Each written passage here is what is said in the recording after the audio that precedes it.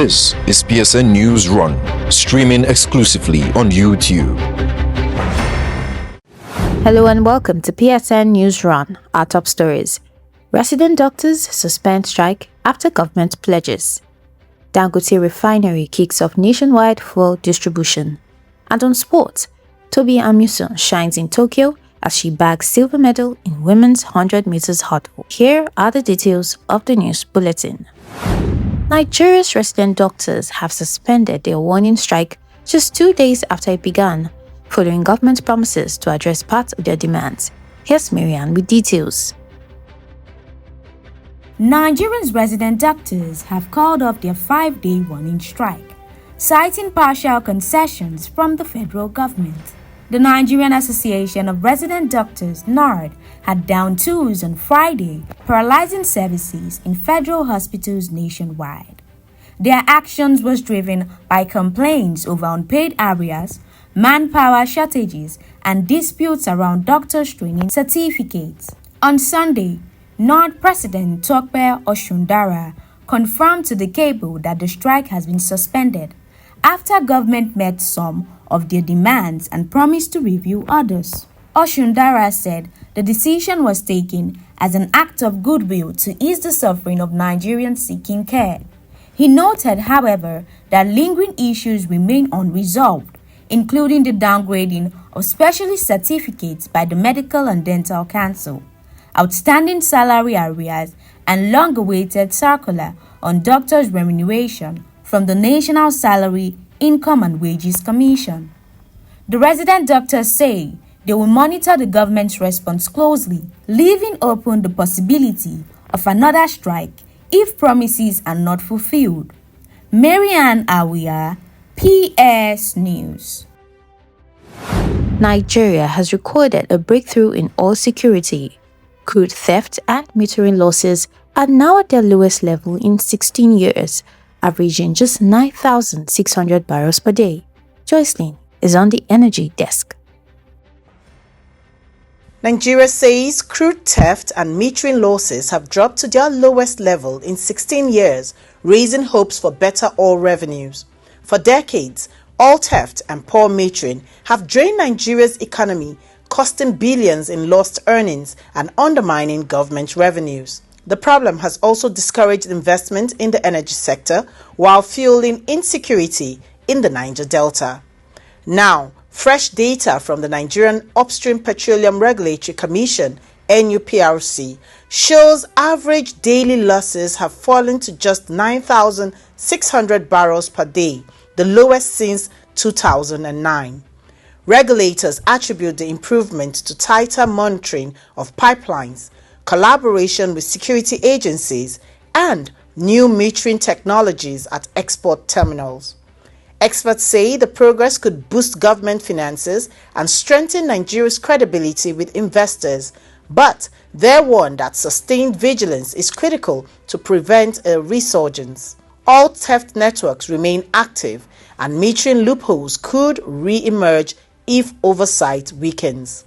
As Africa's top oil producer fights to maximize output, the government now faces the task of keeping these gains permanent and ensuring that crude revenues finally translate into economic relief for Nigerians.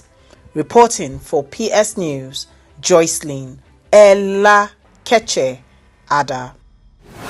Still from the energy sector, Dangote Refinery begins nationwide fuel distribution today, marking a major step in tackling Nigeria's fuel shortages. Let's hear Joycelyn. The Dangote Refinery has confirmed that nationwide distribution of fuel through its fleet of trucks will commence today. Nigeria has long struggled with fuel shortages, despite being Africa's biggest crude producer. The completion of the Dangote Refinery, the continent's largest single-train facility, has been hailed as a potential game-changer for the country's downstream sector. With trucks set to roll out from the plant, the refinery is moving beyond test runs into large-scale distribution. The company says the move will help stabilize supply, reduce dependence on imports, and cut down the recurring queues at filling stations across the country. Industry watchers note that while this is a significant milestone, the refinery still faces hurdles, including ensuring steady crude supply and managing pricing concerns in a volatile market. But many Nigerians are hopeful the facility will ease the burden of fuel scarcity and high pump price. As distribution begins, all eyes are on how quickly the refinery can translate its promise into real relief at the pumps nationwide. Reporting for PS News, Joycelyn Ella Keche Ada. On business, Nigeria's business birth rate has dropped for the third straight year down to just 24% in 2024. But women and youth entrepreneurs are stepping up despite the odds. Daniel filed in this report. A new report shows that business startups in Nigeria have dropped for the third consecutive year, signaling growing strain on entrepreneurs. Entrepreneurship has long been seen as a lifeline for Nigeria's economy, creating job opportunity and boosting innovation. But worsening inflation, high operating costs, and limited access to credit have made survival tougher for small businesses. According to the Faith Foundation's 2024 Impact Report, the country's business birth rate fell to 24%, down from 30% in 2023 and 32% in 2022. Analysts say this trend, if unchecked, could stifle job creation and slow economic recovery. Still, there are glimmers of hope. The report highlights that more women are venturing into entrepreneurship, while young people are increasingly driving new business ideas, a sign of resilience despite economic headwinds. The challenge for policymakers now is to ease the pressure on Nigeria's entrepreneurs, ensuring that the nation's creative energy translates into a sustainable growth. Reporting for PS News, Daniel Okejeme. An Israeli airstrike in Doha has shaken Gulf security, hitting Hamas negotiators just after a US-brokered ceasefire deal and prompting an emergency Arab-Islamic summit in Qatar. Marianne takes it from here. A surprise Israeli airstrike in Doha has rattled Gulf security, striking Hamas negotiators just after Israel had accepted the US-brokered ceasefire proposal. The Gulf state of Qatar has long positioned itself as a mediator in Middle East conflicts, hosting delegate negotiations between Israel, Hamas, and international partners. Its neutrality has been central for regional diplomacy.